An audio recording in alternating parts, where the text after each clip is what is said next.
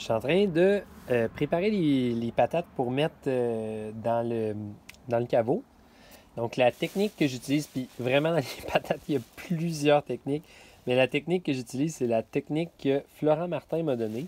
Florent Martin, c'est un riponais d'adoption. Il est venu vivre à Ripon, mais ça fait vraiment longtemps qu'il est là. Donc, évidemment, c'est un riponais à part entière, là, même si c'est d'adoption. Puis lui, dans le fond, voici sa technique en gros. On prend un bac et on va mettre une couche de rip, une couche de patate, une couche de rip, une couche de patate. Juste comme ça a l'air vraiment simple. Mais on va donner, bien, c'est vraiment simple. Mais on va donner une petite partie de subtilité à cette technique-là. Premièrement, la rip, on cherche à ce que ce soit de la rip de conifère. Il semblerait que dans le conifère, notamment dans l'épinette, on ramasse... Ben moi, c'est du pain, là, mais dans l'épinette, ça serait excellent pour les patates. Deuxièmement, j'ai commencé par prendre un bac où est-ce que j'ai mis les plus grosses patates. Fait que j'ai fait le tour, j'ai mis les plus grosses patates. Une fois que les patates ont été curées, ici, ont été sorties, ont été curées. On en voit une ici qui est verte.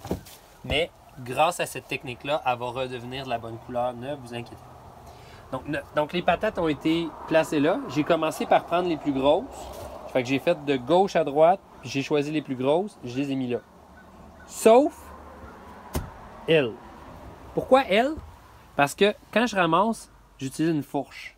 Puis ils ont des blessures de fourche ou un peu peut-être de mildiou ou d'une certaine pourriture quelconque ou ils semblent être blessés ces patates-là ou avoir un petit quelque chose. Donc, on prend bien soin de les mettre de côté. Puis, eux autres, on va les mettre finalement dans un autre bac qui va être le premier bac à manger. Donc, on fait un peu ce principe-là avec chacun des légumes. Quand tu veux conserver des légumes dans un caveau, tu ne peux pas te permettre de mettre dans un lot de légumes sains un légume comme ça qui va peut-être être correct, mais que s'il se met à pourrir, on va être pogné avec. Fait que je fais une première run. Je prends les plus grosses patates. Les plus grosses patates, je les mets dans le fond de ce bac-là. Puis j'augmente, je grandis mon bac, tu sais, je mets une couche de rip, une couche de patate, une couche de rip. Idéalement, les patates ne doivent pas se toucher. Donc ici, on voit qu'il y a un espace ici dans la rip. Donc on ne veut pas que les patates se touchent parce que si une est pourrite, puis qu'elle touche elle, ben elle va contaminer l'autre, dans le fond. Là, on continue, puis on met la rip. Ce bac-là, c'est mon bac de grosses patates. Ça veut dire que ça va être les dernières patates que je vais manger. Ensuite, je vais vider lui, puis je vais peut-être me partir un autre bac. Je vais mettre les moyennes patates, puis à la fin, je vais mettre les petites patates.